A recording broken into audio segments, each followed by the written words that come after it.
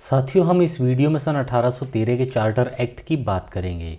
इस कानून के पास होने से पहले भारत और इंग्लिस्तान के बीच व्यापार करने का अनन्य अधिकार ईस्ट इंडिया कंपनी को मिला हुआ था। सन 1813 के कानून में सबसे पहली बात यही की गई कि यह अनन्य अधिकार कंपनी से छीन लिया गया और भारत के साथ व्यापार करने का दरवाज़ा हर अंग्रेज़ व्यापारी और हर अंग्रेज़ व्यक्ति के लिए खोल दिया गया। इसका अर्थ यह था कि भारत की प्रजा के ऊपर अत्याचार करने और उन्हें हर तरह लूटने का अधिकार अब आम तौर पर सब अंग्रेज़ों को दे दिया गया था। इसके अतिरिक्त सन 1813 में ही पहली बार यह तय हुआ कि अब भारत के उद्योग धंधों को नष्ट किया जाए, इंग्लिस्तान के उद्योग धंधों को बढ़ाया जाए और फिर इंग्लिस्तान का बना हुआ माल ज़बरदस्ती भारतवासियों के सिर मढ़ा जाए।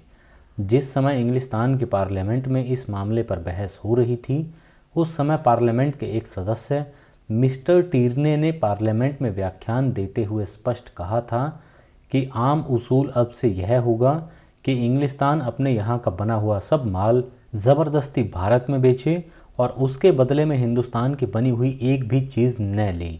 यह सच है कि हम रुई अपने यहाँ आने देंगे, किंतु जब हमें पता लग गया है कि हम मशीनों के ज़रिए हिंदुस्तानियों की निस्बत अधिक सस्ता कपड़ा बुन सकते हैं, तो हम उनसे यह कहेंगे कि तुम बुनने का काम छोड़ दो, हमें कच्चा माल दो और हम तुम्हारे लिए कपड़ा बुन देंगे।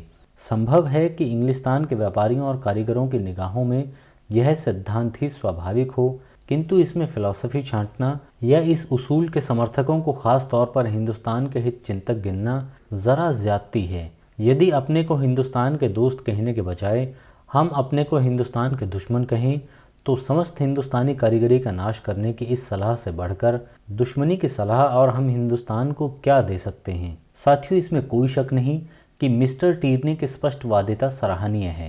केवल एक वाक्य जो मिस्टर टिर्ने ने बताया था वह असत्य था। वह यह कि हम मशीनों के ज़रिए हिंदुस्तानियों की निस्बत सस्ता कपड़ा बुन सकते हैं। आगे की घटनाओं से साफ जाहिर हो गया कि मशीनों और भाप की मदद से भी इंग्लिस्तान के कारीगर भारत के कारीगरों के मुकाबले में सस्ता या अच्छा कपड़ा नहीं बना सकते थे, और यदि अनसुने महसूलों, अन्यायों, बहिष्कारों और असंख्य राजनीतिक हथकंडों द्वारा भारत के उद्योग धंधों को नष्ट न किया गया होता, तो भाप की ताकत के लिए इंग्लिस्तान के कपड़े के कारखानों को चला सकना सर्वथा असंभव था।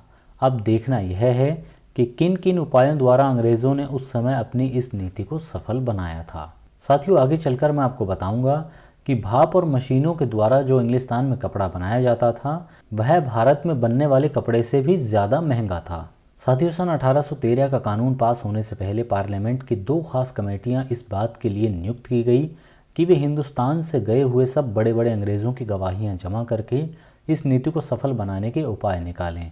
जितने अंग्रेज़ गवाह इन दोनों कमेटियों के सामने पेश हुए, उन्होंने एक आवाज़ से यह कहा कि हिंदुस्तानियों को इंग्लिस्तान के बने हुए किसी माल की बिल्कुल आवश्यकता नहीं है और न इंग्लिस्तान का माल वहां आसानी से खपाया जा सकता है। इन असंख्य गवाहियों को यहाँ बताना अनावश्यक है। जो जो मुख्य उपाय अपनी नीति को सफल बनाने के लिए उस समय के अंग्रेज़ शासकों ने तय किए थे, उन्हें संक्षेप में मैं आपको बता देता हूँ।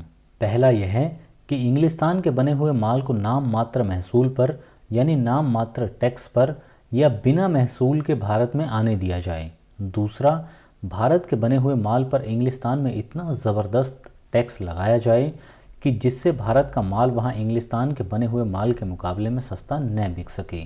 तीसरा, भारत के अंदर चुंगी के कायदों और चुंगी की दर में इस तरह के परिवर्तन किए जाएं जिनसे रुई इत्यादि कच्चे माल को इंग्लिस्तान भेजने में आसानी हो, जिससे भारतीय कारीगरों की लागत और भारतीय व्यापारियों की कठिनाइयाँ बढ़ जाएँ और भारत का बाज़ार भी भारत के माल के लिए बंद हो जाए और अंग्रेज़ी माल के लिए खुल जाए। चौथा, अंग्रेज़ व्यापारियों और कारीगरों को भारत में रहने और काम करने के लिए धन की सहायता तथा अन्य विशेष सुविधाएं दी जाएं।